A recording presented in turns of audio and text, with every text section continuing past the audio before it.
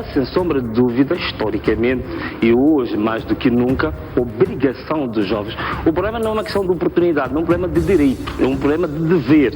O jovem tem o dever de fazer alterações e de influenciar o próprio projeto político, porque, vamos lá, nós estamos a falar hoje que Moçambique é uma população, a nossa pirâmide etária, não é? É uma população maioritariamente jovem. O que faz a política é nós transformarmos um problema coletivo numa política pública. O que é política é isso? Quer dizer, nós temos um problema que diz respeito a um universo enorme de pessoas e nós transformamos esse problema numa política pública. Isso é fazer política. Se nós quisermos, hoje em dia fala-se muito, por exemplo, de democracia, não é? Como um grande sistema político quase perfeito, e que não é. A democracia de onde é que vem? A democracia vem de um conjunto de pessoas, de intelectuais, dentro do quadro da Revolução Francesa, que eram jovens de menos de 30 anos e que naquela altura, com condições extremamente difíceis para implementar aquelas ideias, implementaram-se, e hoje nós assumimos o modelo democrático como um modelo normal, um modelo quase que caiu assim do céu feito. Mas são jovens que nessa altura tiveram, digamos, a coragem de implementar ideias inovadoras que estavam contra toda a corrente. Portanto, é sem sombra de dúvida, historicamente e hoje mais do que nunca, obrigação dos jovens. O problema não é uma questão de oportunidade, não é um problema de direito, é um problema de dever. O jovem tem o dever de fazer alterações e de influenciar o próprio projeto político, porque, vamos lá, nós estamos a falar hoje que Moçambique é uma população, a nossa pirâmide etária, não é? É uma população maioritariamente jovem. O que faz a política é nós transformarmos um problema coletivo numa política pública. O que é política é isso? Quer dizer, nós temos um problema que diz respeito a um universo enorme de pessoas e nós transformamos esse problema numa política pública. Isso é fazer política. Então, se nós somos a maioria em Moçambique, os problemas da juventude, mais do que qualquer outro grupo etário, têm que se transformar em políticas públicas. E o que acontece é que Moçambique, vamos ao longo do debate ver isso com mais detalhes e com maior profundidade, estes problemas da juventude estão de forma muito residual e de forma muito, digamos, ténue, transformadas em políticas públicas. Agora, quem é o culpado disso? Logicamente que não é o governo, logicamente que é a própria juventude, porque um governo em qualquer parte do mundo, e isto não é um problema puramente moçambicano, o governo que vai tentar fazer é sempre tentar ter um controle cada vez maior sobre a iniciativa juvenil.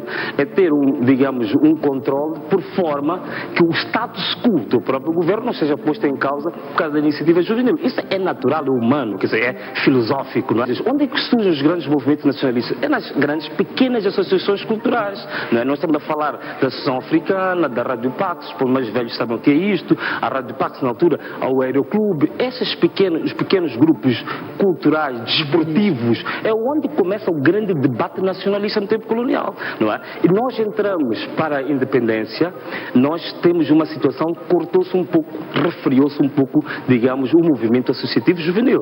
Não é? E criou-se, a partir de um decreto de 1976, o tal chamado Organizações Democráticas de Massas. E o governo criou as Organizações Democráticas de Massas. Para quê? Eram organizações que, por natureza, deviam estar inseridas dentro dos quadros do Partido Frelimo, não é? E já em 75, mostrava essa tendência de que qualquer governo tende a ter controle sobre a própria juventude. Historicamente, de 75 até hoje, nós notamos que esta ressaca ideológica, não é? Que foi introduzida ainda por volta de 76, continua um pouco na juventude. A juventude tem um sentido de autocensura, um sentido de hesitação muito grande em relação a... Concorda que os jovens estejam a funcionar a reboque dos governos e não o governo ir aos jovens para procurar saber quais é que são os seus anseios? Isso é insubismável, quer dizer, é sem sombra de dúvida que os jovens hoje não só estão a reboque. Quando tu dizes reboque, estás a usar uma expressão até para mim muito pacífica. Hoje os jovens estão numa situação ainda muito mais grave. É que hoje os jovens fizeram uma espécie de um casamento de conveniência com o governo, não é? Os jovens hoje não conseguiram, acabaram cedendo esse assédio político que é normal que os governos fazem em relação aos jovens. E, se queres um exemplo muito simples e concreto, não é? Eu hoje, por acaso, fiz questão de trazer aqui o relatório de implementação da Declaração de Chocra, que isso foi feito pelo governo. Atenção a uma coisa, quando surgiu esta declaração em 2002, feita pelos jovens, o natural é que nós temos um Conselho Nacional de Combate ao SIDA, desculpa, Conselho Nacional da Juventude, que